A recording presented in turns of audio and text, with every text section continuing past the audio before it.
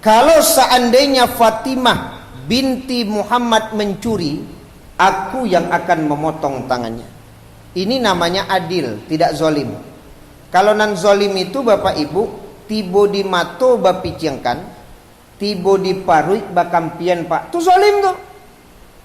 Itu zolim Pak. Tapi kalau menimbang sama berat, sebagaimana yang dicontohkan Nabi, kalau seandainya Fatimah binti Muhammad mencuri, aku yang akan memotong tangannya Pak. Anak sendiri pun mencuri, aku yang memotong tangannya. Inilah letak adil. Di situ tidak ada kezaliman. Makanya kata Rasulullah SAW, umat-umat terdahulu itu dibinasakan Allah dengan sebab apa? Kalau ada orang yang berkuasa, orang-orang yang kuat berbuat salah, hukum tidak ditegakkan.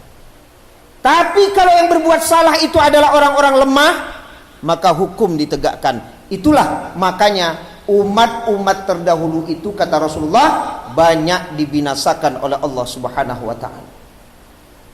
Makanya kalau ada pemimpin yang adil, yang pertama Bapak Ibu, pemimpin itu dapat naungan dari Allah nanti di hari kiamat. Di mana tidak ada naungan selain daripada naungan Allah. Yang kedua apa? Kalau sebuah negeri memiliki pemimpin yang adil, yakinlah bahwa negeri itu akan dilindungi oleh Allah Subhanahu wa taala. Karena bahasa Rasulullah tadi, Pak. Negeri-negeri sebelum ini banyak dibinasakan Allah dengan sebab apa?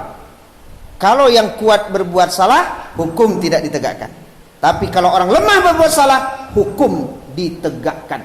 Maka kalau kita dapat pemimpin yang adil, bukan pemimpinnya saja yang dapat naungan Allah, negeri itu pun akan mendapatkan naungan dan lindungan Allah Subhanahu wa taala. Semoga 2019 kita mendapatkan pemimpin yang adil.